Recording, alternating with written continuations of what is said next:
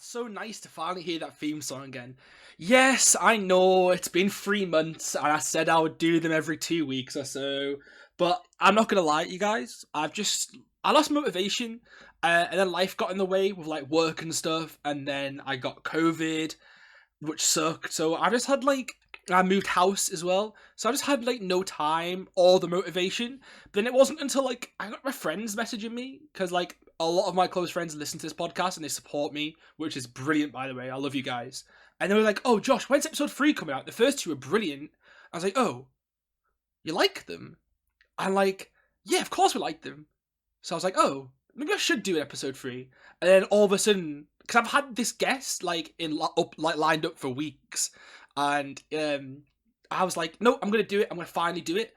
And I'm really happy to say that I'm going to be going straight into episode 4 in the new year too. Hopefully by the second week of January at the latest, because I'm going to get into a routine, find out how often I should release them, and stick to that like schedule. Because I've already got a few guests lined up, which I'm really excited to bring to you guys.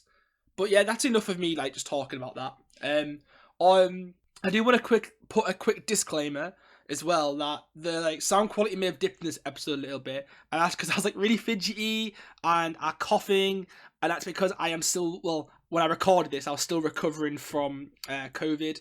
So yeah, I'm really sorry about that. But yeah, other than that, we finally bringing you episode 3 of the Facedown Yu-Gi-Oh podcast. And on today's episode, I'm going to be interviewing Mr. Samuel Lang. He is someone that you've most likely seen at all UK YCSs for the past 5 years, and then at some European YCSs too, which we do talk about in this episode. He's always there, and he's such a good judge. So I'm really excited to bring that to you today, because it's like the first 2 episodes I interviewed 2 very good players, and when you interview a judge, it's like a different perspective on the game, because they're so important to this game and they see things that like us players don't. And that's why I was really excited to bring in this episode. It's something different, and it's something that I know you're all gonna love, because the wealth of knowledge that Sam has is like astounding, and he is such an interesting guy, and he's a good friend too. So yeah, I'm really excited to bring that to you, and that's gonna be enough of me rambling on. So without further ado, I bring to you Samuel Lang. So for the listeners who don't know Sam, tell everyone a little bit about yourself. Well, my name is Sam. I've been judging for, how long has it been now? Over 6 years? 6 years. Wow, time's flown there. So I've judged everything from regionals, nationals, and YCSs, and been very active with the remote duel events that have been happening for the past year as well. So you've been judging for 6 years. Like you've been judging the entire length like I've been playing the game for, really. Yeah, it seems like a long time, but I know judges who've been doing it for 10 plus years, so it doesn't really seem that much in comparison. Oh, it's crazy that people can just go for so long. Like I really hope like I can play the game like for that long as well. Like it's just really nice to enjoy something so much that you want to go 10 years doing it. You know what I mean? Yeah. I know a couple of people who have been judging since the Upper Deck days, so that's 15 years plus. When did Upper Deck take? When did Upper Deck like disband? Um, from memory serves, I think it was 2008 when they lost the rights to Yugioh. I think there's a whole thing way before my time, but someone once told me there's a book that says like the whole like thing that happens, Oh and yeah, yeah. I have that book somewhere, and I've never had the chance to sit down and read it.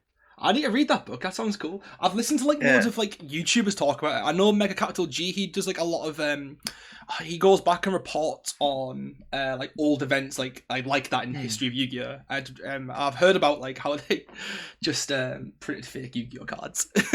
Yeah, That was so I dumb. like this stuff like that, like where it's just like people who bring up like things. Oh, this happened so long ago, and it's like, oh, that's cool. It just doesn't sound like it. It sounds so unrealistic. Like it sounds like you could like, make a movie out of stuff like you hear. Hmm. So I usually get players to like list me their tops, but for you it's gonna obviously give it a little bit different. So can you like name the premier tops that the premier events that you've judged? Let's see. Um, I've done pretty much every since the 200th in Utrecht. That was my first. Well, that was my first European YCS. So I've done YCS London's, YCS Liverpool, YCS Utrecht, Euros in Utrecht, Dusseldorf, Milan, Ghent. I love Ghent. Ghent's a great country. I mean, Belgium's a great country. Ghent's a great Ooh, city. you're gonna offend some Belgians out there Yeah, no, now. no, no. So it's such a gorgeous city, honestly. Where else have I been? God, I think that's it. Because Utrecht seems to come up a lot lately. Yeah, it's one of the more It popular was, cities. yeah. I think Euros before pandemic, it was going to be in Krakow in Poland. It was, and I was Um, so gutted because I know Poland, especially Krakow, is a very cheap city to like to eat is in, it? to drink in, to go to. But it's Um, always a good day out, apparently. oh yeah, it's one of the biggest perks of being on the YCS circuit is you get to see all these amazing places. I've always been, even when I've been like talking to like players who travel across the world as well. Yeah. I've talked extensively about how this game you can like travel outside the UK, and it's just Hmm. great. You can like see places that you wouldn't necessarily usually go to. Like, I don't think ever if I wasn't playing this game, I would never have went to Dusseldorf. I don't think like for like a Yeah. holiday, but I went there for the YCS, and Yeah. I got to see a city that I probably wouldn't have seen otherwise. Oh yeah, it was brilliant. I think I actually got my passport because I wanted to apply for European YCSs. What? Yeah. I didn't have a passport like set up. I was like, it's one of those things. I was like, I'll do it eventually if I ever plan a holiday. That's amazing. And then, the applications for the 200th came up. Mhm. So I thought, well, I need to get a passport just in case. And yeah, the rest is history.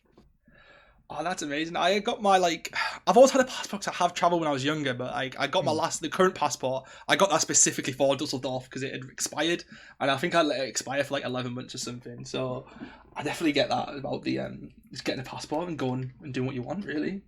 Yeah. I mean, it's a good thing to have anyway, but it's one of those things. It's hard to explain. European YCSs. It's an experience. You just have to see it for yourself more than anything. So when you said that the first event you like, well, the first premier event you officially done was the 200th YCS, was that? That was the first one I traveled to Europe for. The first ever premier event, if you'd call it that, would be actually would be my first big event I ever did, which would be 2015 Nationals. Where was that one at? That was in Derby. Oh, in Derby, nice. Yeah, in the Roundhouse. I didn't go So that was back then, but I've been to Derby for the last nationals. yes, the one in 2019. Yeah. So, Did it in 2015, and then they did it in 2016, and then they moved around a lot. so about like the first event that you did, can you tell us like Mm. much about it, like how you felt and what you did at that event? Well, I was just you know, you run on the mill floor judge, you know, bag of nerves. Read the policy documents probably 100 times as preparation. Um, and I think I did the mistake a lot of newer floor judges do, which is I find it a lot, and I try to help people break out of the cycle a little bit. They find themselves judging in a vacuum. Okay. Um, it's a weird concept because you think you're there as a person of responsibility, so it feels weird to ask other people because in your head you automatically think, oh, do I shouldn't ask because that way I'm saying, oh, I don't know how to do this job type thing. Mm. It's a weird mindset which it's difficult to break if you're not you don't have someone to say to you, look, it's okay to ask, we're here as a team type thing. It's literally So it's the same in other jobs though. Like in it's I'm not saying it's a yeah. job, but like it's the same in like outside of Yu-Gi-Oh too. Like Mm. I'm the supervisor where I work, and like I just get new people coming in all the time, and they're just really scared to like just ask for help for some reason. Yeah, there's a lot of transferable skills with like judging and obviously work life type things, but um yeah, it's one of those things where like I feel like because I went through it so much when I started, I can see it more now. Yeah. When I see some of the newer judges come in, and I do try my best to help them overcome it, but it's obviously not always possible. That's so true. Have you noticed at like events, right? Do you know if like it's getting like later on in the day, and you go to like the lower tables, do you tend to get like more obscure rulings down there or not? Oh yeah, yeah. Yeah. Yeah. Yeah. Speaking to people, I think there are some people who not a big fan of the lower tables. Mainly because they think, oh, the top tables is where all the action is, and that's like where the more interesting stuff is. I'm of the opposite mindset. I think the more interesting stuff is um down at the bottom tables. You see so much variety down there and so much creative stuff. And then, it's not every day you can end up at a table and be asked to like flower cardian rulings and the like. Do you not think people like? So you say people prefer the higher tables because that's where the action is. Do you think they're just saying that because like that's tend to be where like the meta decks are, so they'll like be more comfortable with those rulings? That's one possibility, yeah. Because if you Because know like obviously this current meta that's and stuff, you know you're gonna mm, get loads of like sword soul rulings, probably about the tokens or whatever. Then you're gonna get mhm. like just stuff about like Lyrillist, but then you go to like table like 56 or something at like nationals, and you're getting Flower Cardian versus like I don't know Dino Rabbit or some shit.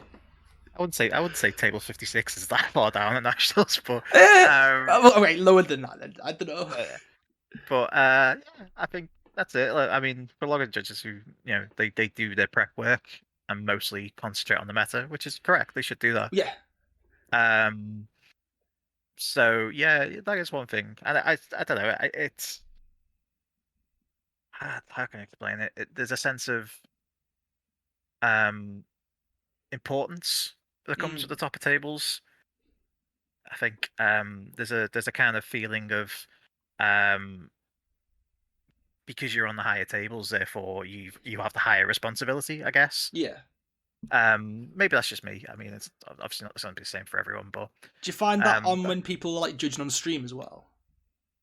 stream judging is its own very particular thing. That's a very interesting thing. It's terrifying, I'll tell you that. How come? Like, what's so Uh, like? well, I've done a lot of feature match judging at this point, and there's a lot of added pressure with feature match judging because if you make a mistake, um, obviously it's being streamed, so there's usually about 1,000 people watching, and just from when people talk about events, they talk about what they've seen of the event. Yeah. Generally speaking, is of the stream. So if you make a mistake on stream, it just you can have Okay. sometimes where there's this feeling where if you make a mistake on stream, you make the whole event look bad, which is never good. Oh, I cannot imagine So like this. I there's a lot of understand it. added pressure. I understand the pressure now. Like I thought it was just like camera shy, but no. Now when you've explained it, that sounds like. Yeah. Do you know when you're like on? Do you know the commentators and stuff as well? Can they like? Do they like? I don't know. Can they like communicate with you at all or not? Because I know they sometimes. I know they sometimes catch stuff that the judges don't, and I've seen it a lot with the commentators going, "Oh, wait, that's just happened," and then they've carried on for like 15 minutes or something, for example. With the direct commentators themselves, no, but obviously there's a lot of things that happen behind the scenes Oh with yeah, feature matches. There's a whole team yeah, involved. Um, so we have access to speak to people like behind the scenes. For example, sometimes like some of the behind the scenes will come and say, "Oh, the commentators mentioned this, by the way, just to make you aware." Um, so that's we get that sometimes, but that's obviously in person feature match judging, like on big stage and stuff. yeah. It's a bit different when it's say remote duel, for example. As we have access to all the features that you would have online. So let's talk about remote dueling then. What's Mhm. like the like? What's like the main difference, as without being like obvious, like oh, it's online, you're at home. What's like what are the main differences for judging these events? There's a particular set of skills like you have to you have to have some understanding of how to navigate Discord and the correct channels and that type of thing. There's a limited set of skills you need to be able to do that quickly and effectively, and Hmm. keep management of that. Um, so for example, like you have to know the correct people to tag, the correct information to relay. Yeah, yeah, And that's mostly what a lot of stuff like that is. When you're working in a team, you have to relay information accurately across to the rest of the team. And I don't know, maybe it's just because that's all we have to go on sometimes. A remote duel, it seems to push that to the forefront a bit more. Yeah, I totally get that as Um, well. Like the stream's mm, different then as well. Like obviously, I was just like, because in my head for some reason, like it feels like because it's other people streaming themselves, it's their responsibility and stuff. I feel like mhm. all the matches that you go into, like a streaming and non-streaming one, they'd be the same. Is that like true or not? You mean for streaming remote duels Yeah, so or like obviously in real life when you're streaming, it's completely Mhm. different because you're on stage, everyone's watching and stuff. Yes. Is it the same on Discord or not? Um, a little bit. It's there's still that added pressure, especially if it's something being um it's a little bit different with some of the types of feature match ones I've done. Like for instance, you've obviously been part of Yeah, yeah, for the RDIQ. Because it's set up professionally and all done in a certain way. And sometimes I have to operate with a bit of a delay, which does make things a little bit difficult. yeah. But There is a delay. so there's all that happening, but it's a lot easier, obviously, online Yeah, of because course. we're there, just watching the one game, and we can speak to both players, and generally the because communication is really important with remote duels. So how to explain really? It's like it's easy. It seems like it's less it's the same type of pressure as feature matching in person, Yes. but you feel like you've got more tools at your disposal to help things run smoother online with the remote duel. Something that I've like noticed probably as well Mm. is like obviously when you're on like in real life it's easier to see things like Mhm. because you're overseeing the entire game, you're not taking your eyes off at once, but Yep. there's not always a judge present in the on like on Discord, right? So what happens if someone like if say this situation happens? You probably heard it. What if someone an opponent is accusing their opponent of not declaring the effect of something like Phoenix Enforcer? Yes. How would you then resolve something like that? That is, it's a very difficult situation. We most of your average judge call is judge, my opponent says this and I say this type Yeah. situations, but that's not really different to in-person judging because there's a lot of times where you can get called to a table down the end of the lane, um, and all they have to do is go, my opponent said this, and they go, no, it didn't. It's quite literally the same situation. That's not really it seems more prominent in remote duel, but it's really not. um I don't know, just maybe just remote duel because of the nature of it. It gives off that appearance. Yes. I've noticed as well, like I've spoken about this in the other episodes, but I've been playing Remote Dueling since the first extravaganza, and I've Mhm. noticed the reason a lot of people don't play it is because of the cheating. Have you noticed more cheating in like the remote duels than in real life? Because personally, I haven't. I've seen the same amount of cheating. It's just it's Mm. recorded better, or if you know what I mean, online. Yeah, I get some people do have that kind of negative perception of it. I think that started really early when it was announced because it was a bit people looked at it with a bit of skepticism. Oh yeah, I was so skeptic when it got announced until I actually Yeah, played in an event, and I was like, oh okay, that's fine. I discovered that because I was obviously involved really early on, and the first ever one we did, we had kind of not that many numbers wise.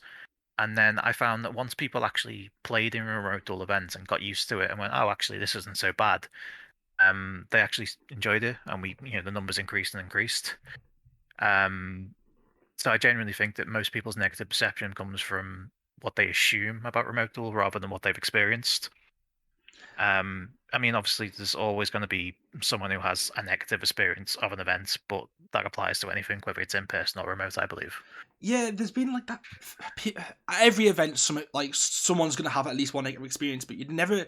I've just noticed the negativity has increased since remote dealing for some reason. I don't really understand why. To be fair, because like I've seen loads of people cheat at like I've heard of people cheating at like nationals and YCSs, and it's just the same at extravaganzas, right? Mm.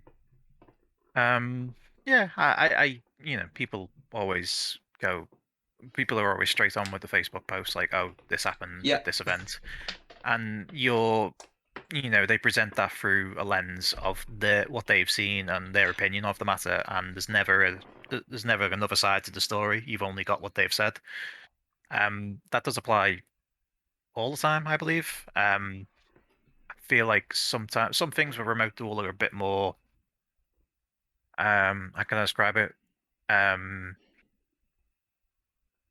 well, for instance, like some events, obviously, because we put information in channels, that's information that can be screenshot and shared. Yes, yes.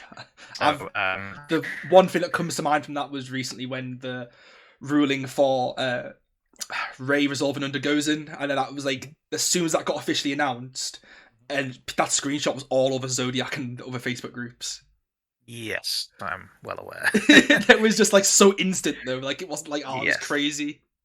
The only real thing you can say about the only real thing I can say about that really is there's a lot that happens behind the scenes when it comes to rulings for big events. So yeah, it's kind of all that you can really say. Sometimes it's not always. There's a lot that happens. It's not always in your control. Everything that happens. Yeah. Um, and that was just one of those kind of unfortunate ones that obviously did the rounds. Have you judged Um, the Have you judged the actual invitational before? the RDI. Yeah, so not the qualifier, the one that they stream on Facebook. Hmm. Have you done one of them yet? The remote duel invitationals Yeah, where yeah. it's generally 16 people and It's we a do every single single match. elimination tournament. Yeah, the one that I played in. Yeah, I've judged every single one. Oh, I what? So what's that like when you have like 4 or 5 judges in the same call who are like all speaking different languages? Like, how does that how does that feel? That's generally why we pick a few judges of different languages, just so we've got Yeah, full coverage.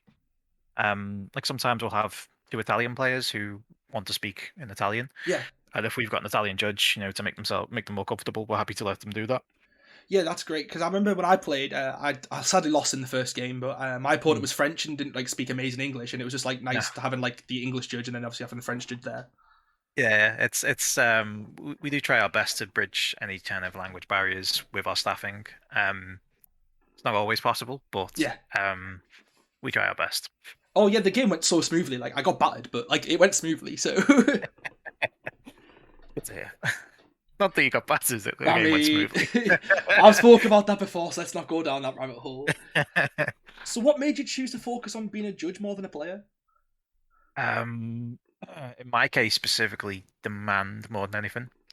Um, I don't know. I kind of when I started judging, there was not that many people who judging really kind of in my area. Yeah. And the thing is as well, like the more I got into it, the more I enjoyed it, and eventually I reached a certain point where I found that I didn't have enough time to do both. Mm. Um, to actively pursue, and then obviously you get to a point where it's like, well, you've got work life and family life, and Yeah, of so you've course. Life got gets in the way. games. So eventually something has to give. And it's not that it's the same for everyone, but for me personally, it's I don't have the time to play. I'll play casually now and again, but Yeah, I've seen you at locals and gen- stuff like. generally, if there's an event, I'm usually involved in some sort of judging capacity.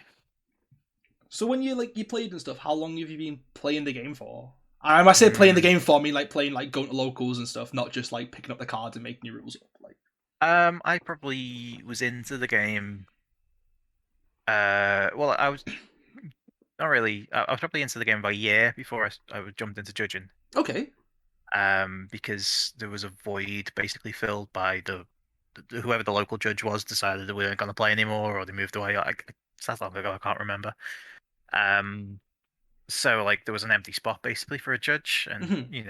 I was kind of quite interested in that type of stuff, like the way the rulings work and how the interactions work. So I looked into it and pursued it a little bit, and just kind of started from the locals and worked my way up.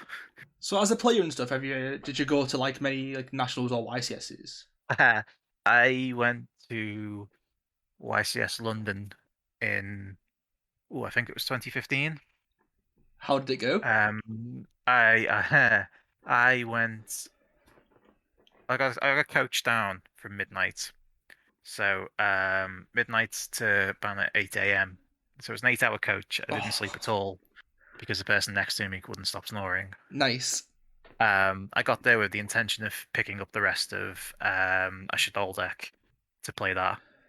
That didn't happen. So I ended up playing what I had as a backup, which was scraps. Um, Scraps and Shadows are a little bit different. even in 2015, scraps were not. Um, Scraps are just one of those decks that, like, as a deck itself, are not good, but they'll get like an occasional card that becomes generic and is insane, like a Scrap Dragon, for example.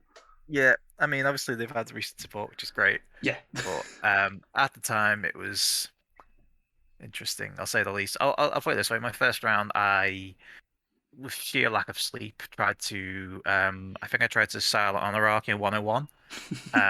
My opponent's Divine Dragon Felgrand, and he'd already used the effect on itself that turn, and I just completely just didn't realize. Obviously, Felgrand's effect makes it unaffected by monster Yeah, effects. yeah, yeah. So I was just like, get me out of here. I've And done then, stuff like that as well when I've been playing. Like, it feels so bad when you catch yourself doing it as well. yeah. I mean, the main selling point for me for the YCS to travel all the way down for it was I went to the Comic Con as well. Yeah, the Comic Con's a Um, great thing. Like, I've yeah. last time I went 2 years ago, obviously not last year because of COVID, but the year before, I was speaking just to two people that went only for the Comic Con, and they, Mm. they paid like £70 for like the Really good weekend, promotion, I think. and Yeah, we yeah. we paid £20 to like get entry and then also for the Comic Con. Right, it's great. Mm. Really good promotion. There's a lot of players you'll find who say, how did you start the game? And they go, oh, I was at the Comic Con in London, and there was a YCS next door. I went to check it out. There's so many people who say that. It's a really good pull, like for promotion of the game. Yeah, of course it is, especially with the type of people that go to Comic Con as well. They've probably watched the anime Yeah, and they go, "Oh, that's the guy that voiced Yugioh over there. Let's go say hi." yeah, And then they go, "Oh, what's going on here? Why are 1,000 people playing Yugioh? I didn't know it was still a thing." yeah. Especially in recent years where they've obviously got the voice actors to come and Yeah, join that's my and favorite be the demo part. styles. Them Yeah, introducing round one's my favorite. I remember when Joey did it. That was just my favorite time. yeah. Just for it's proper inner nostalgia, which is great. It's It's always good. so. Do you know the partnership, obviously, with like Comic Con and the YCS? Do you see there ever been any other YCSs in other cities in the UK, or is London it forever now? Do you think? I actually don't know. I'm assuming there's something in place for the London one. I don't know if um because you gotta understand there's a lot of logistics go into a Oh, YCS. 100% yes. So I imagine the sheer mechanisms at play um are probably way beyond my understanding and anyone else's, I'll be honest. Like, I love the London Uh, Comic Con and the event and stuff, but it yeah. would be nice just to have a Liverpool 2 or something. Like, I would love Liverpool too, just because it's local. Um, well, yeah, it's my second home, Liverpool, so. the thing I liked about the YCS Liverpool is I could see my house from the venue. You can see your house from the docks, was it? Yeah, yeah, I Oh, what? looked over the Mersey and I could see my house. That is crazy. That was the year I moved to Liverpool, and I just didn't go for some reason. I wasn't Oh, confident enough with like playing the game, and when I came to Liverpool, I was like struggling to make friends at first. I just kind of like yeah, stopped playing, and it's my biggest regret now. Like being properly into the meta game and probably like trying to play. My biggest regret yeah, was not going to Liverpool. it's a good event. I always remember that event because ABC was a thing, I think. Yes, everyone was just playing I cherries and Garim Seals all day. Yeah, yeah, I had I think it was the same weekend was the sneak peek for Invasion Vengeance, Okay. which had Totally Awesome, if I remember rightly. Yeah, it had Toad and And also had grass in it as well, I believe. yeah, yeah, that was really cool stuff. So watching the sneak peeks be played as public events was really quite cool because it was like, this is the new set. Everyone will be playing this in a week. Yeah, yeah, it's great. So for those out there who may not know, what is the process of becoming a judge? So the initial process everyone has to do, no matter what, is you have to take the online judge exam, which is what's called RC1. Hmm. So that's a bare bones, bare minimum. You have to pass this, and then once you've completed it, you eventually will receive an email from the judge program to say you are now enrolled on the judge program. So that is the bare bones of becoming a judge. Um, I don't think that really classes as like I've passed RC1, I'm a judge, really. I think it's a process from there, but that's the very first step. Um, After that, there's obviously another exam called PC1, which is policy comprehension, Yeah. which I think is more important Why for do you think it's more actual. important? It's understanding policy is very important to judging, obviously an actual, like, say for instance, tier 2 event. Yes. Um, and so basically policy comprehension is, like, how to give penalties, time Yeah, extensions, yeah. all the little, like the stuff that helps the event run smoothly and correctly. Um, and it is really important. And it is one of those things I'd me personally, if it was me, I would believe, I think that's how to describe it. Like, if I had to choose, like, would RC1 make you enroll in the judge program or would PC1? I think PC1 would give you that better set of skills to start with. But at the same time, you should just do both because both are important. So with the RC1, can you like just judge like locals that and stuff? RC1 just enrolls you in the program. Oh, okay. So you could, say I am registered in the judge program and therefore, I can judge. But from that point, generally what you want to do is you want to start locally. That's always the best place to start, and Yeah. that's always where you should start. Yeah, I've taken the test once before a while ago, and I got the rulings were like fine, they were easy, blah blah, blah. And I think the one I struggled with most was when it's like start asking you about like, oh, what do you do at sneak peek events? It was like very specific questions about like specific events and stuff. Was this in RC1? I Was it? can't remember which one it was. So I got the rulings fine, and then Hmm. I think there was like 2 or 3 tests or something, isn't there? I There's don't there's a remember. there's a third test now, I think called DC1, which is Mhm. demo comprehension. And it's geared towards if you want to become like a demo judge.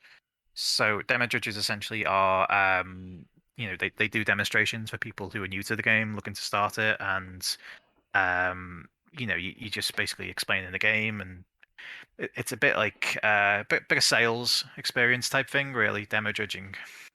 It's, you want to show them how the game works. You want them to be like, oh, this is great. Maybe I'll look into this.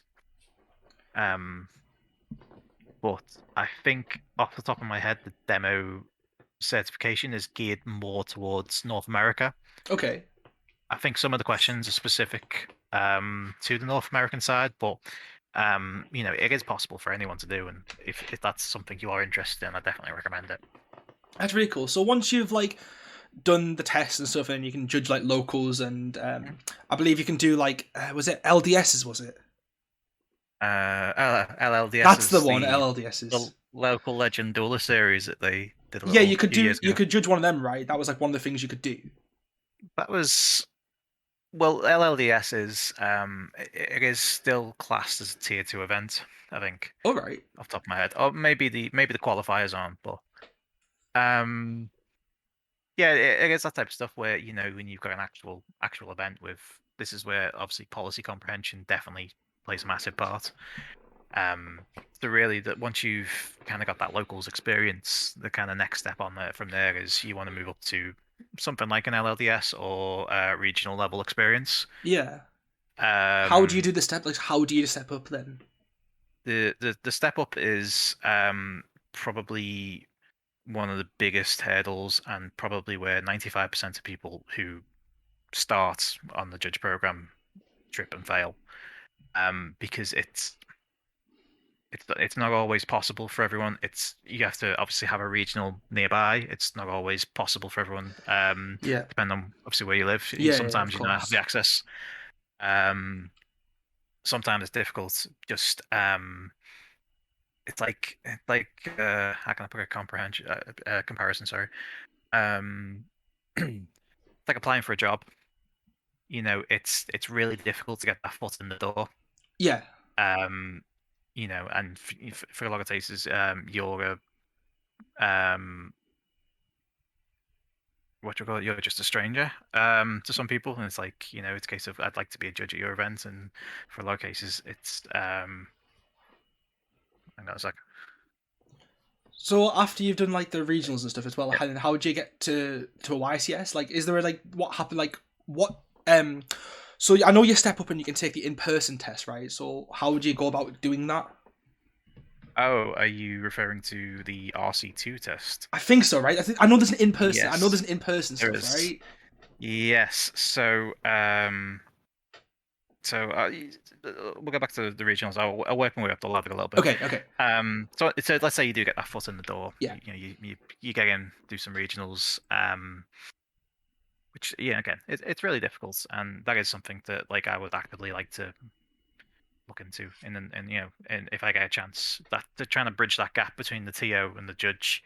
yeah, Um, it's really difficult that, but it's something I'd love to pursue in the future. But then you get to the regional experience, and then the next step from there is your national level experience, okay, which obviously is a bit difficult at the moment due to global pandemic. But yeah. Sadly, so. let's assume it's not that situation.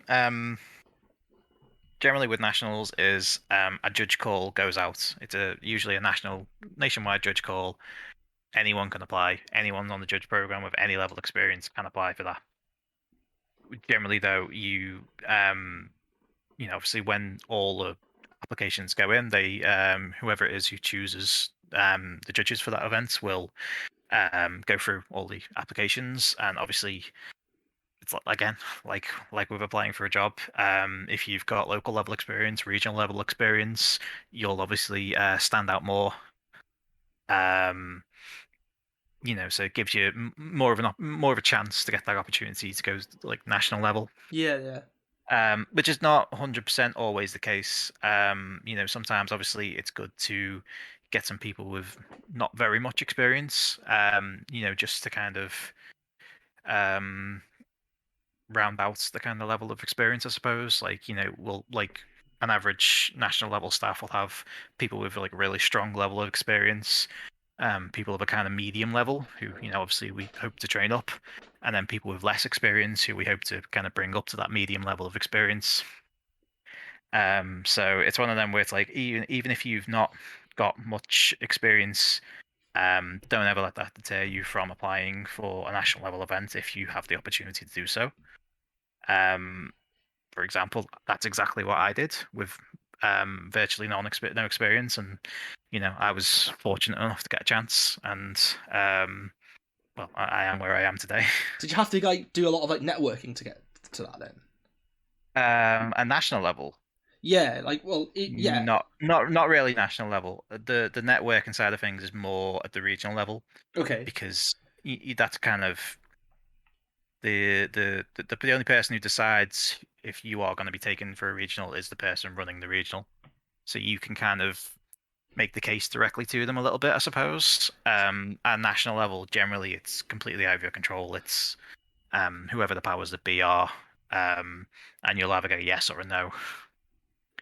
And if it's no, you just you just keep going, keep trying, and try again every time. so like at a regional level, say you're the head judge. Then is it you who helps like decide then? Not always. Sometimes the tournament organizer picks judge staff. It differs really. Sometimes the majority for a lot of stores is they have their own judges locally. Yeah. And obviously they're kind of like this is my go-to guy. This is who I'm going to get to judge. So it makes getting that foot in the door even harder. Which is fine.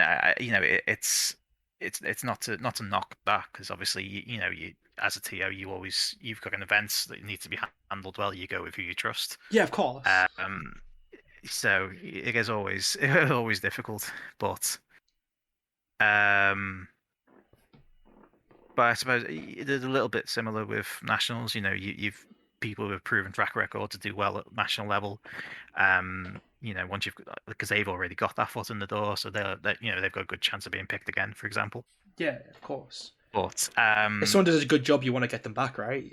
yeah, it's very I mean, it's hard to explain to somebody without it sounding like some people just accept it as a lost cause, and that's really the wrong mindset. You always, it's like with everything in life. You'll try, you'll fail, you have to just keep trying, and eventually, it'll happen. Yeah, so going up that ladder to like YCS level, how do you get picked for that then? Like what's the So crack with that? YCS again, very similar to nationals, and a call will go out. Anybody with Is any this level of like, experience can sorry to apply. interrupt, but is this like is this just a nationwide one, or is it like a European one? Because I know you can obviously UK judges go to like Utrecht and stuff, right? Yeah. So with YCSs, it's a little bit more. There's a bit like you said with networking. I suppose there is a little bit of you have to be in the right circles sometimes just to know about some calls. So there are a lot of like groups, especially on Facebook, where it's where information gets relayed to judges in the UK. For example, there is a Facebook group called Judges and Event Staff. I think the tournament centre run. Okay. A lot of information for upcoming events will be posted in there. For example, for European level events, there's a judge group called European Peacekeepers, which so few people know about, and they really should probably know more about it. But it's kind of a unofficial group. Okay. And obviously there's a lot of European judges in there, so as soon as somebody realizes, oh, there's a judge call goes out, they'll share it in that group. So being in those types of circles, you're more likely to see this type of thing. Um, but it's one of those things where like you have to as much as applying is important, keeping an eye out and knowing when the application is live is also important. Yeah. Um, And I assume these like groups will like help when knowing that the call's gonna go out, right? yeah, they're definitely worth being in just for the sheer information gets posted there, and if you don't see it somewhere else, you'll see it there, for Yeah. example. Um, so OICSs, it's a similar process. You apply, the powers that be will choose, and you'll have it again or you won't. Um, Generally with the YCSs, they do opt for a higher level of experience. Of course. Usually kind of national level. Because YCSs are like premier events. They are kind of the peak. They want the people who've proven themselves to handle those types of events well, and Yeah, I often see the that's same judges at these events. Like I've been going to like yeah. YCS is like 3 or 4 years now, and I've seen like this like I've seen a lot. I've recognised the judges from like past events. Yeah, there's a lot of that. There's thing with judges. There's a yeah, I guess suppose like I was saying earlier, it's there's the people who've already got the foot in the door, Yeah, of course. and also as well there's some people there's a lot of supply and demand sometimes where um because there's different types of roles with national level and YCS level, and some people are picked on the basis that they've proven themselves knowledgeable in that particular role. Okay. For example, that if you wanted somebody to lead a team who handles all the deck lists and all the paper pairings and all that type of stuff, you need somebody with that type of experience. Sometimes you'll obviously the same faces because there are some people who kind of do certain roles. Yeah, of course. Can you like explain the different like judges at the events and what their roles are, like specifically YCSs? Sorry. YCSs. Okay, so you got your floor judge. Yeah. Floor judges generally are split into teams. So the hall is generally split into, let's say for argument's sake, 6 parts, which means there'll be 6 teams. Um, and every team will have a team lead who manages the team. So you'll have your floor judge, and then above them you'll have your team lead. Hmm. So the floor judge reports to the floor judge team lead, and then the floor judge team lead reports up to the head judge. There's a chain of command structure, which keeps everything moving correctly. So that's your kind of standard setup really is you've got your head judge, you've got your team lead, and then you've got your floor judge. Is that the And then same for like after, public events as well? so yeah, then off from there you've got branches off really where um you've got, say, for example, public events. Yeah. Public events will have their own public events head judge, for example, who maintains that side of things. So you'll have public events team leads, and then they'll have public events judges.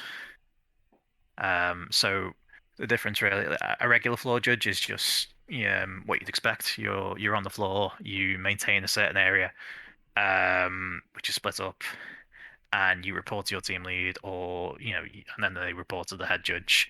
While public events is because of the structure of public events, you usually are in charge of of one event because generally it's a pod of, let's say, for example, 8 players in a winner mat. Yeah.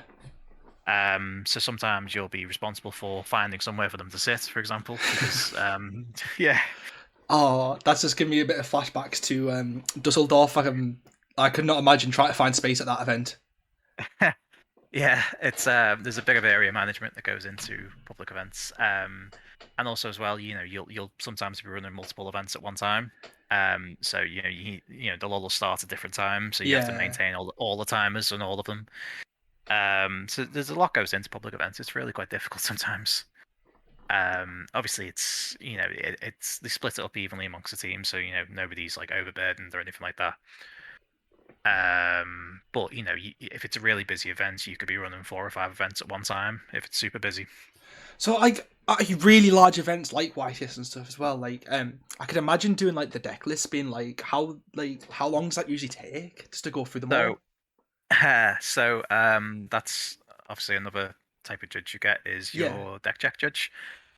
So, deck check judge generally is responsible for start of round and mid round deck checks. Um, and they'll also be responsible for all the deck lists of the entire event, which can be very interesting. I mean, Let's there's say a you have few thousand people, right? Sometimes. if you let's say you have 2,500 people. Yeah. Generally, what they've got behind the curtain is piles of deck lists in alphabetical order. Right. So you've got an A pile, a B pile, a C pile, a D pile, etc. And then each pile of them is also in alphabetical order. So there's a system in place if we ever needed to find a deck list. And there's always, no matter what, no matter how good your system is, there's always going to be like a few that slip through the cracks Oh, because 100%. because they wrote their name on their deck lists differently to what they are in the KTS system. Hmm. They put some information wrong and we filed them away wrong. Any number of things you can think of. So obviously they're responsible for sorting that out and keeping that in order. And then also in the last few events, deck check responsibility is also expanded, I suppose, a little bit to the deck breakdown for the event. Oh yeah. So Like the pie generally charts there's and a stuff. yeah. So generally what happens is there's when we get registration on the Friday, and then registration. All the deck lists come in. They all get checked by individual judges, and then they all essentially go through into the system. Once the player gets registered, the deck list goes into the system. The deck list then goes into a pile for the deck breakdown. So essentially, there's usually 2 or 3 laptops set up with a judge in front of them, and the idea is the judge who did the registration should have wrote the what country they're from, if it's a European event, what deck they're playing, little things like that. Yeah. And then generally for the deck breakdown, we put them in. Say we've got a player from, let's say for example France. They are playing Cyber Dragons, or generally we've got categories, so they'll go into like other, or if they're playing a deck we're expecting, it's like Sky Striker. And then so we've got those graphics. So like for the sake of the stream, we can say this many people are playing this deck, and then this many people are playing this deck, for example. Do you just have like a list of decks that don't go into other? So like for example, I've been at events where I've played the other deck, but to players though, these decks are very well known. So like I took Subterra to nationals in the last nationals was 2019, right? Yeah. Yeah, I took Subterra to that and that got categorized into other, but like amongst players, that's like a super well known deck, right? So how do you decide It's what goes into the categories? it's not always us that decides. It's generally the people handling the stream decide on Okay. the categories, and then just say here are the categories. This is how you want to file them. It's different for every event because obviously as the meta constantly changes. Yeah, of course. And you can't have too many categories. So some decks just don't make the cut. Like generally, sometimes it could be like you say, sub-terrors. If they're not expecting that many sub-terrors, even if it's a well-known deck, it's essentially the other pile. It's always nice at events though when you see like that other deck do well. Like we've seen it with Yeah. like World Chalice or even when Raph played with Lunar Light, that was Yeah. surely an other deck, but it won the event. Like Or was it who was it that played Prank Kids? I'm 2018, right? Was it Was it was Dinkabooey? it Ding? I'd probably Can't butchered that remember. name. I probably butchered that name, but it's the German player. I yeah. Yeah, I can't like remember who it was. I know he played Prank Kids when they'd just come out yeah. and surprised everyone by winning the whole event. I love seeing stuff like that though. It's Yeah, really cool. yeah. The good underdog story, isn't it? So you've been judging for years now. Has the judge Mhm. program like changed over the years, or hasn't? Has it remained the same mostly? Fundamentally, it's still the same. You know, obviously, as things adapt as they do always over time. Um, you know, pandemic has changed things a little bit, I suppose, because I suppose it's a little bit different the format for like remote duel and stuff, but the fundamentals are still there, the same. Policy changes over the years, for example. Um, for example, before a year ago, you weren't allowed to double sleeve. Like Yeah, I remember that. one of the most common penalties, probably, with people like saying, "Oh, I've got double sleeve extra deck or something." There's a very very common penalty, and then policy changed and double sleeving's allowed now. I really like that. Um, I like that change personally. I like the feel of the double sleeves better. yeah, I'm a big fan. Um, So we as policy changes, we have to adapt to it, and same with the players. The judges also have to adapt to changes as they happen. So, it's like to my knowledge, when you judge events, I know you're not actually working for Konami, but you do Mm. represent them. What is your relationship like with the company Konami? So we are, we are basically staff. We're volunteers for the Yeah, events. I We get that. we, Yeah, vol- we volunteer our time. Um, so it's a difficult question really because obviously we work with whoever the representative at the time is, yeah, of course. who is essentially the TO. Um, but that's kind of it, really. That's our relationship is with whoever is the TO of the day. Hmm. It's kind of a just if you think nationals, just take that to a higher scale. That's a similar situation. That's cool. YCSs, we have the actual tournament staff, who handle the logistics of things, like the ones who set up all the displays, keep everything, Yeah, that type of stuff. We have a relationship with them, so if we find something relates to them, obviously they're our point of contact. And they do all this stuff behind the scenes, and they don't get enough credit I've because like go on. one of those types of things really. Like if you do something well, sometimes it seems like you've done nothing at all. All right. Can you give an So it's just example? when everything's running super smooth in the background, and no one realizes that anything's happened because it was running super smooth, I and no get one you. noticed any difference. I get you. I've seen some judges like eventually going to work for Konami. Like, do you know how does that work? Is it just like applying for any other job, or is it something that, like, yeah, is it um, something like similar to just applying to any job, right? Or I think in that regard is but obviously it it's helps not. that you're known to them, right? You've worked with them, so like I understand that probably helps. Yeah, I don't know too much about that side of things. It is just any you're applying for a job as you're applying for a job.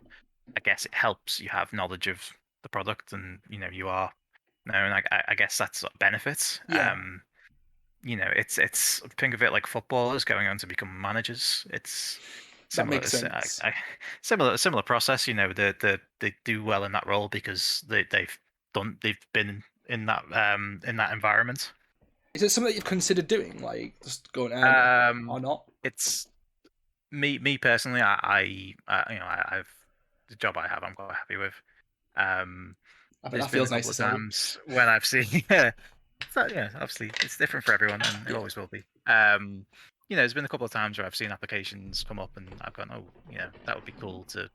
It seems like a dream job, yeah, to work for the company you technically volunteered for years and years. But at the end of the day, it's proper job.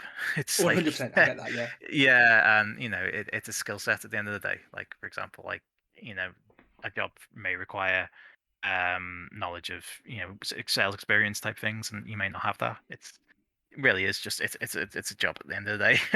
Yeah, that completely makes sense. So, do you find when you play the game, do you find being a judge has its benefits, like to your plays and stuff? I know you don't like necessarily play Mhm. at a higher level, but like even when you're at locals, like, do you find it has its benefits? Yes. You're more aware of interactions and things, I suppose, because you're used to handling it like at a judge level as well. Yeah. You can kind of keep an eye out for that type of stuff more.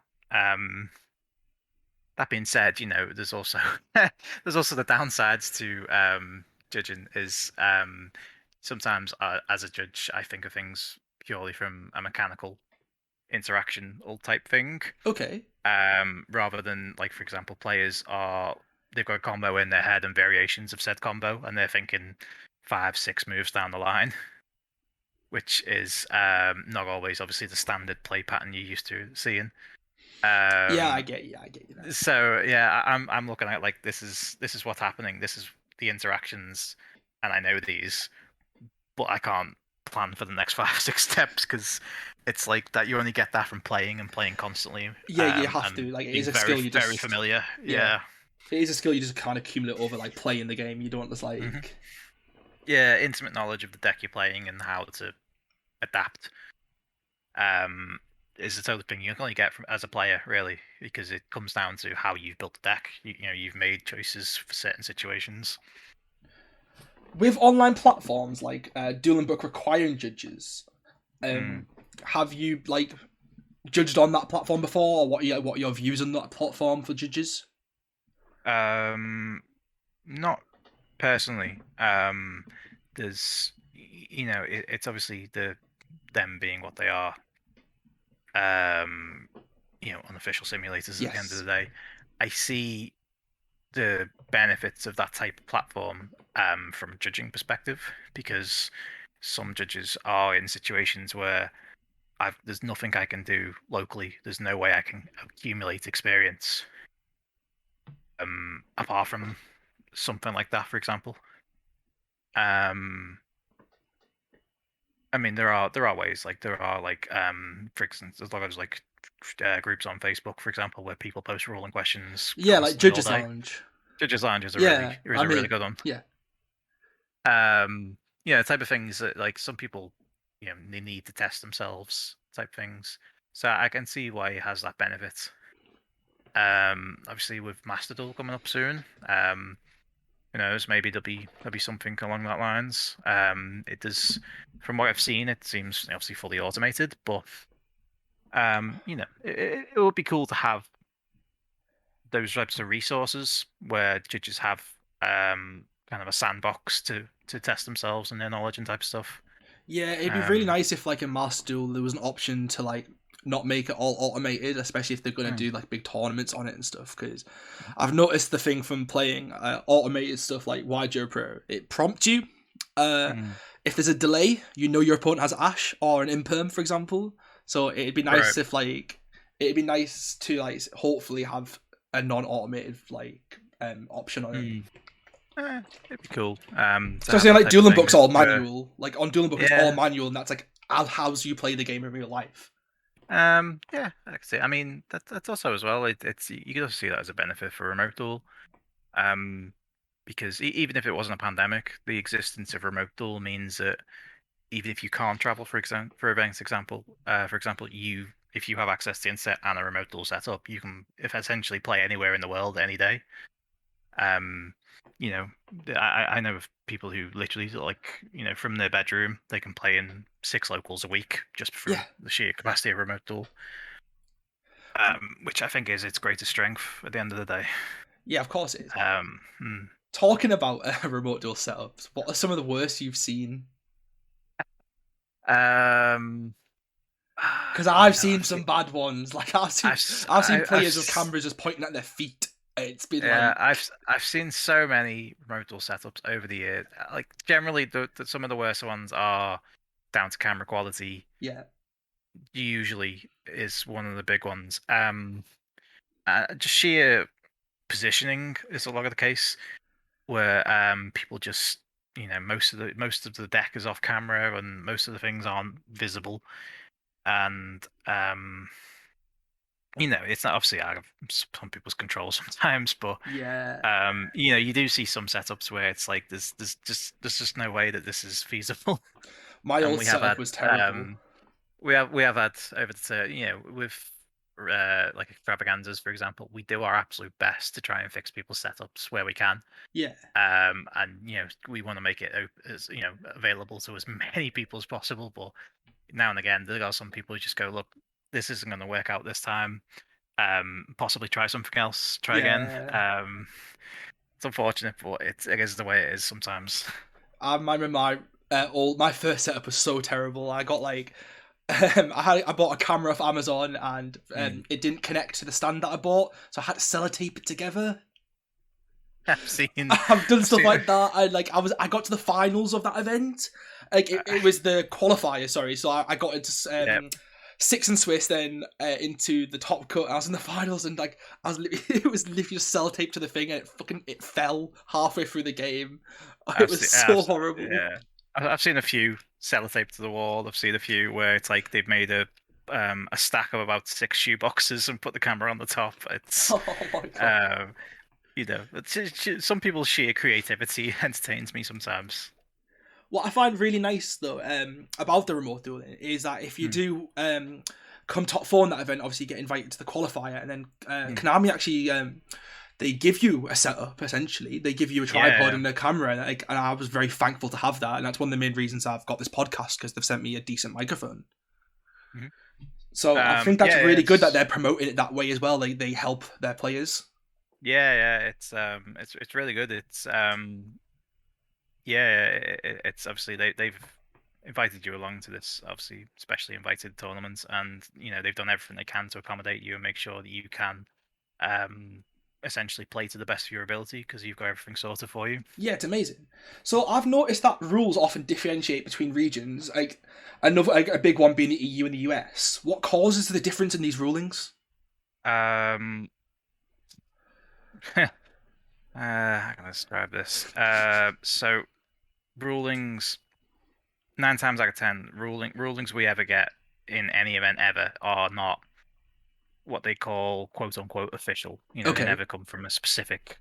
It's a ruling that's like a head judge has made at an a event. Um, and sometimes a judge will make a decision at an event, and then other judges will disagree and go the opposite way.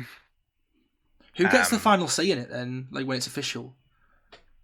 it's never always official unless R&D steps in and says this is how it works. It's never quote unquote official. It's just it's like a consensus type thing. Okay. So generally it's like most head judges will rule it this way. So that's generally accepted as the rule. Um there was I'm not too sure when it was. I think it was around about 2012 when there was a bit of, I suppose, disagreement with how the activation location thing happens. So America had they decided to do it one way, which is the infamous DD Crow, Atlantean Marksman, or Yeah. Call the Haunted, Mystical Space Typhoon, Deneb, as most people know it now. Yeah.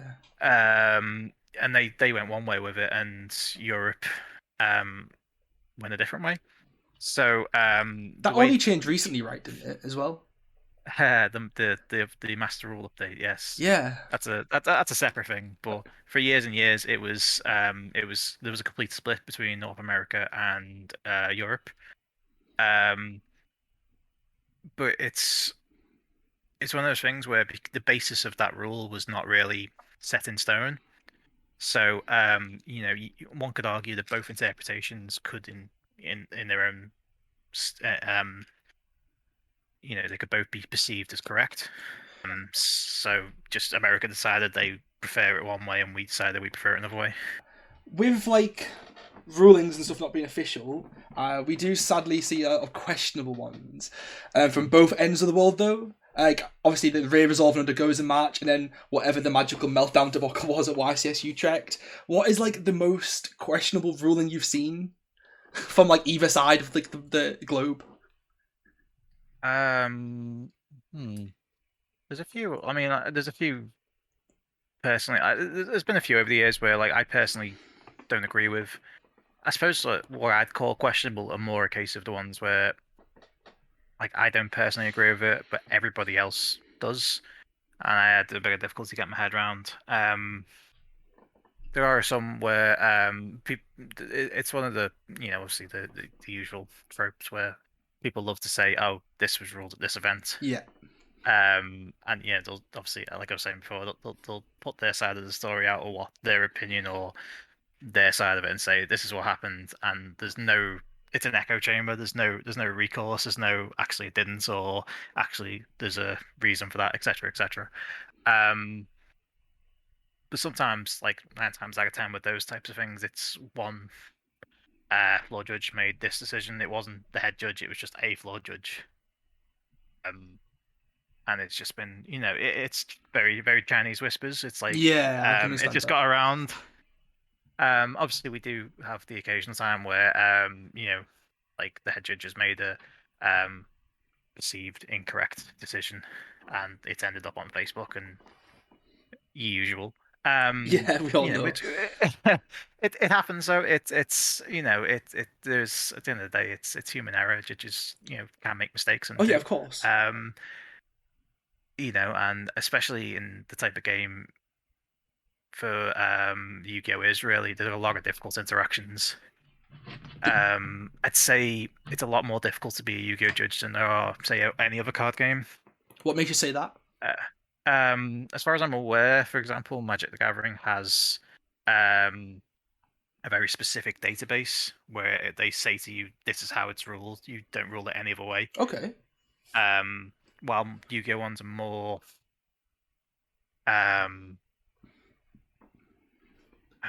it's more of a, like I said, more of a consensus. Sometimes it's not like, it's not very like black and white. It's sometimes it's a bit of a grey area sometimes. Which is a lot more difficult to handle, and it's inevitably there are going to be mistakes, and there always will be. As a judge, what questions do you get asked the most? God, I can think of every question under the sun. Honestly, it's not necessarily ruling questions, but like just what questions do you like get the most? Generally, it's the more common types of ones are like they've established this big chain, and they want to know how it's gonna, how what's the end result, or how it's gonna resolve fully. Yeah. Sometimes you'll get ones where it's a case of, oh, I heard, they've heard it through the grapevine of, I heard at this event it was ruled this way. Yeah. That type of one. As a lot of people quite like to remind me about 2018 Nationals, when I was asked one question repeatedly. What was it? There was a head judge Q&A that we do. Okay. And so I was operating the desk, and there was an event, I think it was only a week or 2 weeks earlier, where a ruling was made. It ended up on Facebook, as is the usual story. And for some reason, the exact words were used in this in a very particular context, and I knew they'd seen it on Facebook because they used the words in the exact same order in the exact same context. So the exact words usually were, "Does impermanence follow to grave?" quote unquote. No. And that's not the best way to explain what they're trying to ask, but I knew that they just regurgitated something that they'd seen online. I only laughed then because I know the meme in like a friendship group, for example. That's the only reason I laughed at that, by the way. So it's obviously well known in our circle that I kept the tally on the day, and I was asked that same question 17 times in that exact same order of words. Nice. That was a very interesting one. With Yu-Gi-Oh, like having unofficial terms as well that players kind of create, does do they like do they annoy you at all? Like inherent summon and stuff like that? Because I know it can. I know I've heard some judges like, "Oh no, you can't say that. It's not the official Yeah, term." yeah. There's are some people, I'm sure.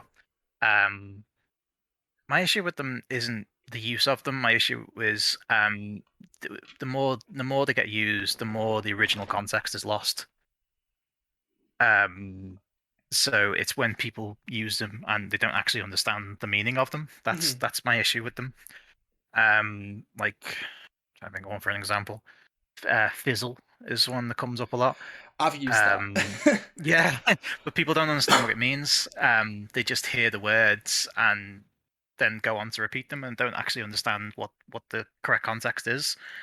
So they try and apply it to other situations that just don't apply. Um, so I get I like it because shorthand is always good Yeah, because fizzle is easier to say than resolves without effect, yeah, of for course. example. But I don't know. I just think the more we go towards that, and the more the original context gets lost. And I think finding a nice balance is probably good. So as long as there are players who actively go, haha, fizzle, inherent summon, and there are Yeah, judges who counter and start saying, actually, you should use the correct terms, you're always going to find a balance in the middle, 100%. I get that. um, which is okay. Is there ever a question that you get asked like a lot that just cause you to sigh? um, Apart from the impermanence thing, but yeah, like there's the types of questions I'm usually a bit like. The questions I kind of find more difficult than others is attack modifiers. okay, They're very interesting attack modifiers. There's very subtle ways to do it, especially when you've got multiple attack modifiers in one situation. And it always seems like I don't know. It always seems like the answer could go one of 3 or 4 different ways, depending on the context. And it'd be one of those things that I'd love to when they when they originally had the damage step rules updated. Um, I vaguely recall there was a point in time where there was some people trying to argue there was like 10 or 12 sub steps of the damage step, or all right. something silly to that effect. And then they came out, they clarified it and said these are the 4 subsets of damage step. Um, and where things activate in this particular section. I'd love for something like that, some more clarity on attack modifiers. I would quite like, because obviously me being the ever the interest in the lower tables slash locals slash sneak peek type interactions, I always get asked that type of stuff. Yeah, So with the rise of people like doing YouTube videos and stuff, I've seen some of these like attack modifiers, and the most yeah, infamous one that we all probably know about is the pole position stuff, with like yeah, having there your are. Purgatrio on the field and then an attack modifier of one. Yeah, there are a lot of people who that's one thing people like do. They like to know the difficult one that the judges will struggle with Yeah. because they they obviously like to be the one to catch them out. Um, which I get. But the thing is, the more those questions get repeated, the more the judges are aware of that exact situation and they're Oh yeah, prepared. it's great because I know someone's going to see this like the pole position thing, and they're Yeah, going to build a deck around it. I think a six yeah, Sam deck can do it because they're crazy, but like yeah, I know someone's going to take that to a regional at some point and go, "Hey, Judge, come over here!" Like, yeah. That's always like I've had somebody do that recently to me with a card called Question, which okay, comes up. It's one of those ones where the card Question and its interaction with DD Crow, for example, comes up. does question make you Because have to guess the bottom card of your opponent's graveyard? Right. That's that's the one. So they like to come up with all sorts of funny interactions with that one and other cards. So what does happen in that um, situation when you DD crow the bottom card. basically you have to call the card, but you can't check it Okay. because the question has been activated. So it's a bit of a weird situation, I'm sure, but um, yeah. So it's not obviously not just DD Crow. There's obviously loads of others. So people compile these lists of ones to catch judges out with, but then the judges get wind of them and then they know what to expect. Yeah, it's great. What is the most frustrating ruling game state that you can think of? Game state. Or ruling or anything? What? Yeah, but game state. Sure, let's go with that. Sure. Game state. I don't know. I mean, I find the most frustrating ones is the most, I suppose, most difficult ones to deal with are never how does this resolve or that type of thing. It's generally when there's a breakdown in communication between the players. Okay. Especially when it's a case of, there's good arguments on one side, there's good arguments on the other, and at the end of the day, you have to make the judgment call. That's never easy. There's never an easy way to do that. And you at the end of the day, you'll never get all of them right, and you never will. But a decision has to be made, and you have to use your best judgment. Yeah, and that's it's a fair. very difficult situation. Oh yeah, for sure. As I've had many of them, some more public than others, I'm sure. So, can you give me some like obscure rulings that you know of? Obscure rulings. Because I've seen some stuff in the chat and stuff. I know you play Flabbercardians and stuff like. Oh yeah, I love Flabbercardians. They're good fun. There's one that came up very recently, which was I didn't realize it was obscure, and then I found out that somebody basically used a screenshot of me as evidence for ruling once, which was very interesting. But I informed the player who told multiple groups, and then it came up at a regional I was the head judge of.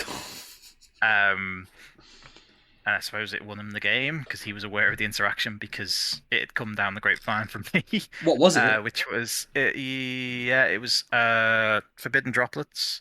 Let's say they have 3 monsters on the field, so you activate forbidden droplets, you send 3 cards, and then they do something to make it so there's only 2 monsters on the field. Like Chuche, for example. Yep, for example. Well, assuming obviously forbidden droplets, you don't send a monster. Yeah.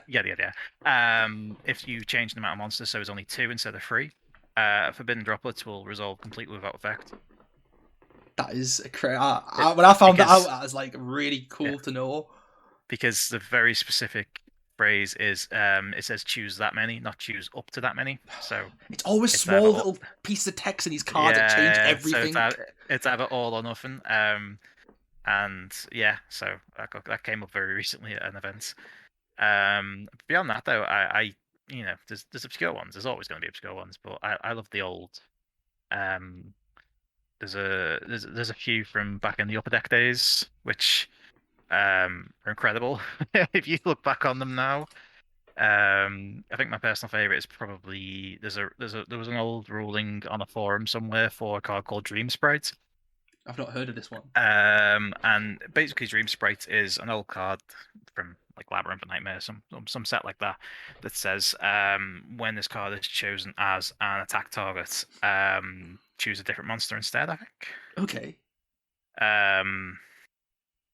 And there's an old Upper Deck forum list of rulings for that particular card that says, because it's a mandatory effect, that it always has to happen, and that also is true if Dream Sprite is face down.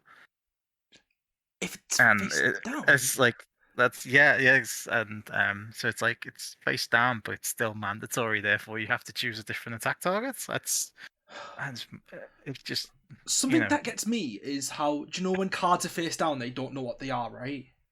Yes. Well, the text on Hidden City specifically says you must flip up one Subterra card. How does that face down card understand that it's a Subterra card? I think because when it's shown, it's proven correct. It's just crazy that the card says it's weird to me. I know you have to show it eventually, but it's just crazy. I suppose you'd argue things like Icarus Attack, where you contribute a face down wing beast with similar. Okay. The tribute mechanic, for example, can always use face downs. I suppose that's a similar process because it's tributed that then becomes face up. So it's like, I suppose you in layman's terms, you could go, you are proven to be correct, which obviously doesn't apply to a lot of other aspects of the game. I guess it's the same with fusion summoning as well, right? and those specific, you can fusion with obviously your face down, but contrary to that, obviously you can't fuse with your opponent's Yeah, you're super face downs boring. because it's considered private knowledge. Yeah, there's a lot of very niche things which you'll only ever understand from playing the game for a while. That's fair. I do want to quickly run the clock back a little bit because I forgot to ask you something earlier. And when we Yeah. were talking about like going up the ladder and stuff at YCSs, Hmm. how about, do you know anything about worlds? How Only do you judge that? I my understanding of it, and I don't know if it's correct or not because I've never judged worlds.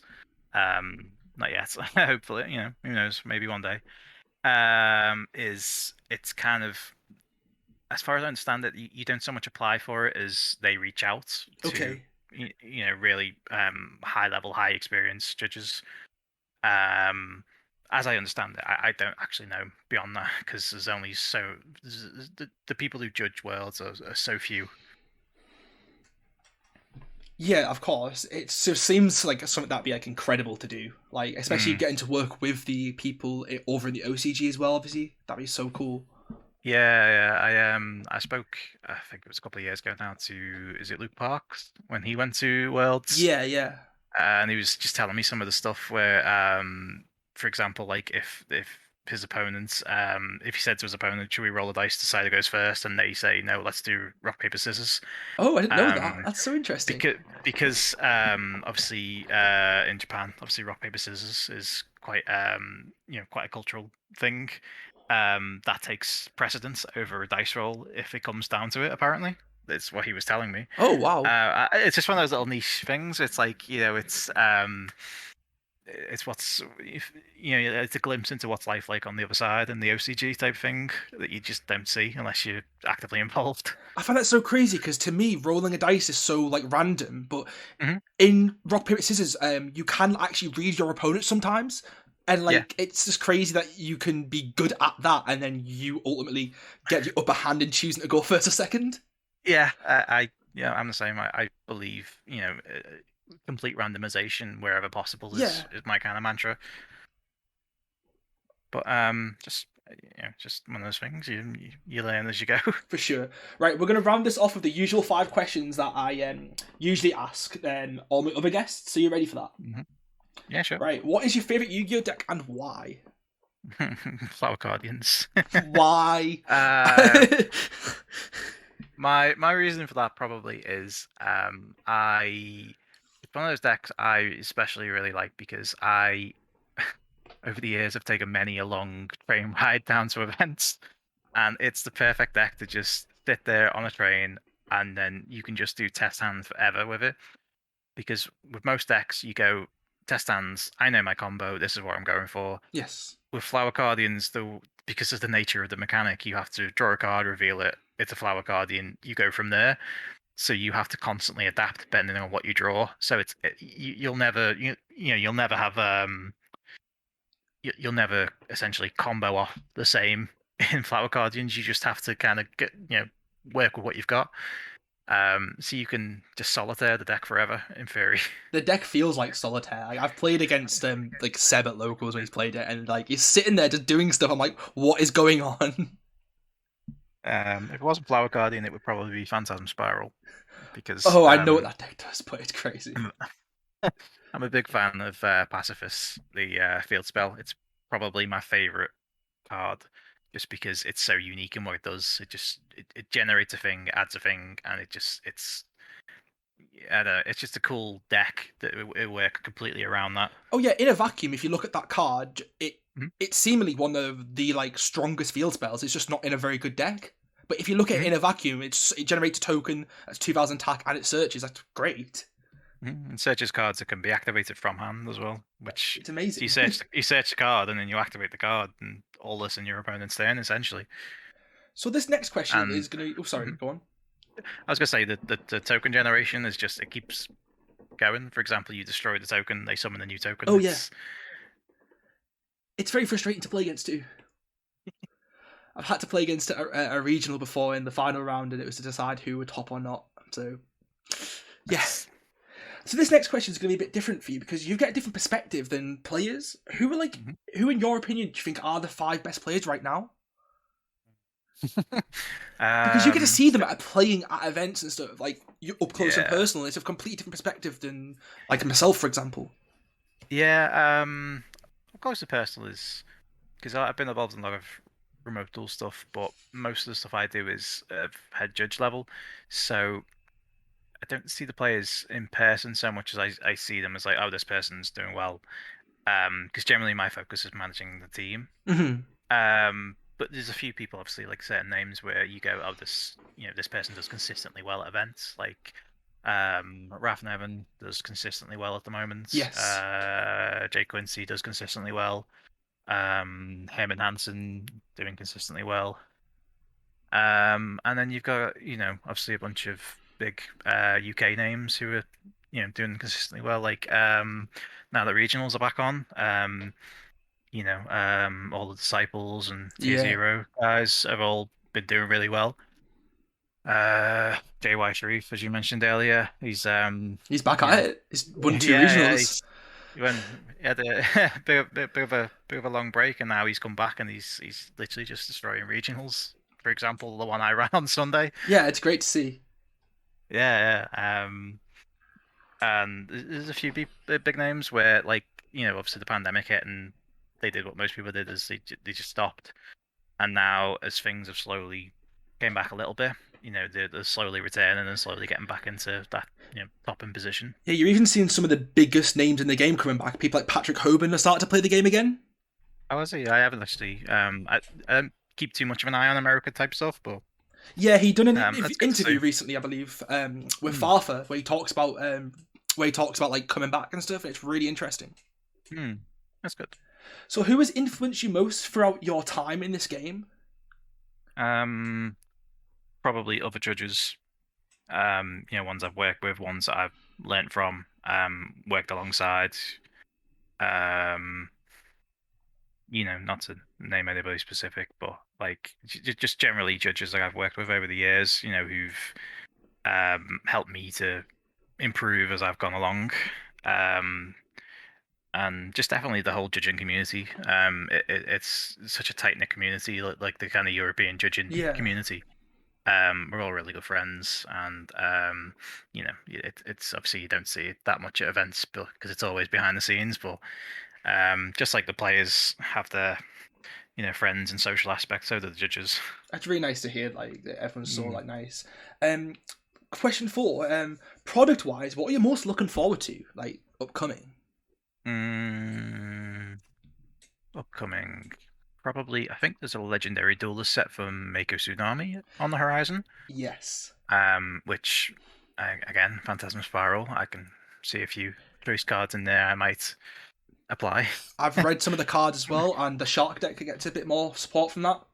Yeah, I've seen the Shark deck, and people keep saying to me, "Why aren't I playing it?" Considering Yeah. people know me for certain Shark things, and it's pretty cool. Like I read a couple of them when they got announced, and my focus with Brothers Legend was the Utopia stuff. Okay. Because I've been waiting for the overlay universe structure deck for a while. Yeah. Because I thought it was quite interesting, that type of stuff, and I completely overlooked the water stuff, the shark stuff, and then obviously people have turned it into an entire deck, and I looked into it obviously a lot more, and I was like, oh, that's actually really cool.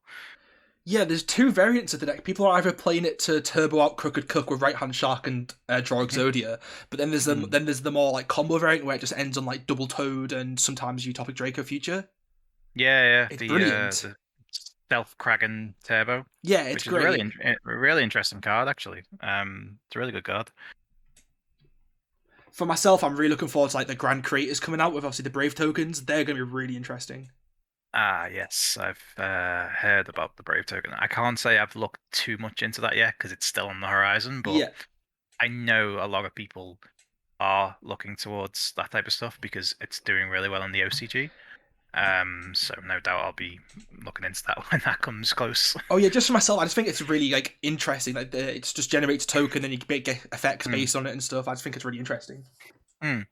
Lastly, what would your like advice be to people wanting to become a judge right now? Are there any do's and don'ts? So if you're looking to get into judging, like, if you have an interest in judging, do it. We always need more judges. It's always good. It's one of those things. It's I there's a lot of judges who, like I said, they kind of fall at the first hurdle a little bit. Yeah. Um, it's perseverance, like with anything. If you keep at it, eventually, you get there. That's kind of the do's, just keep at it, just keep improving, and work your way up. Sometimes you work your way up slow. Sometimes an opportunity comes along and you have to grab it. Like with anything, really. Is there anything Uh, that like you wish someone had told you when you first started? when I first started, probably more. I don't know, like I said, it's when I first started, I was very. You don't know anybody, so Yeah. you don't really want to ask for advice. But um, probably the advice I'd give to anyone new, and probably myself back in 2015, would be to reach out to there are other judges in the same position as you. There's judges, no matter what, they're there as a team, and they are there to help you, and they will help you. Judges as a community are fantastic.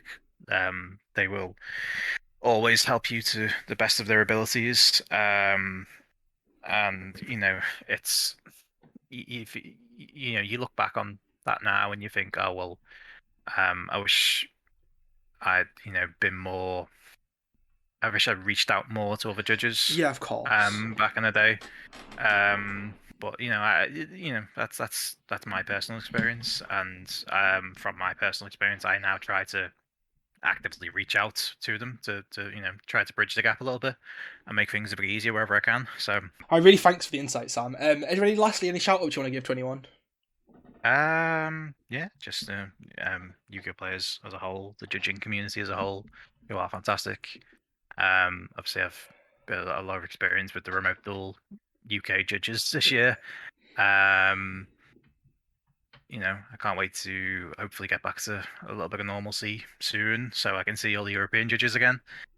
I just it's and obviously the UK kind of Yu-Gi-Oh community, because it's good to see them all again, and I'm sure they'll be seeing a lot of me if there's ever any event in the north in the near future.